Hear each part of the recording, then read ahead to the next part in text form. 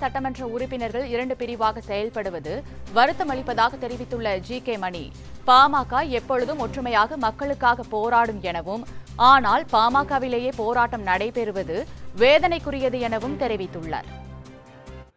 பாட்டாளி மக்கள் கட்சியின் சார்பில் சட்டமன்ற உறுப்பினர்கள் 2 பிரிவாக செயல்படுவது மிகவும் வருத்தம் அளிக்கிற, அதிர்ச்சி அளிக்கிற ஒரு துரதிர்ஷ்ட சம்பவமாக பார்க்கிறோம்.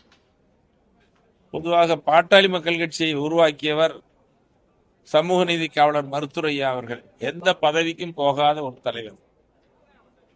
அவர் பாட்டாளி மக்கள் கட்சியை உருவாக்கி சமூக நீதி பிரச்சனையில் வன்னியர்கள் உள்ளிட்ட எல்லா சமுதாய மக்களுக்கும் தொடர்ந்து குரல் கொடுத்து வருகிற, போராடி வருகிற ஒரு தலைவர். அகில இந்திய அளவிலேயும் தமிழ்நாட்டிலேயும் 6 இடஒதுக்கீடுகளை பெற்றுக் கொடுத்த ஒரு தலைவர்.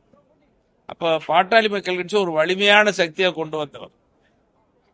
அவருடைய காலத்துல பாட்டாளி மக்கள் கட்சிக்கு இப்படி ஒரு சோதனை வந்திருப்பது எங்களுக்கெல்லாம் ரொம்ப அதிர்ச்சியா, வேதனையா இருக்கு. ஏன்னா அவரு கூட நான் 45 வருஷமா பயணம் பண்றேன்.